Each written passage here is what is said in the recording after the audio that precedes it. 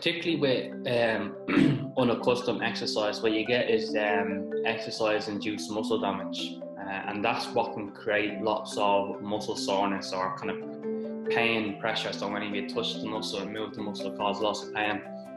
But it's important to note that there's a phenomenon in kind of exercise science, and it's called the repeated bout effect. So the more you actually start to exercise, the more frequently you exercise, the less and less damage occurs and the less and less sore you get. So that's why it's important to kind of make sure that you are recovering, but also stick at it. You know, you don't want to push yourself like every day, day after day after day after day. But if you are exercising on a continual basis, like just physiologically, your body will start to adapt. Some things as well which may help with muscle soreness. So if you are feeling sore after exercise, which again is going to be common. So as we said, in addition to protein, some foods which are high in antioxidants and polyphenols can actually help kind of reduce that muscle soreness as well.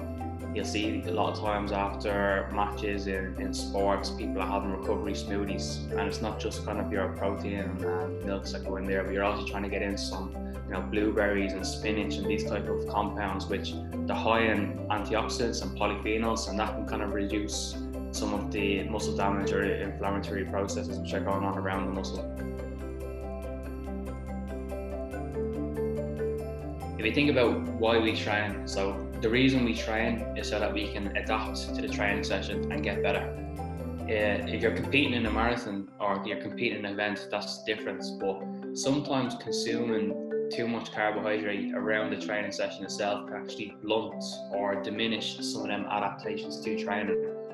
And it's particularly if you're just starting off, you're not going to be exercising at a very high intensity to the point that you actually require all of that carbohydrate which you're going to be taking on in the form of, you can get carbohydrate drinks, gels, or bars as well. So especially if you're not competing at a high level, I'd always recommend, you know, kind of not consuming sports drinks or sports gels or bars in and around the training session.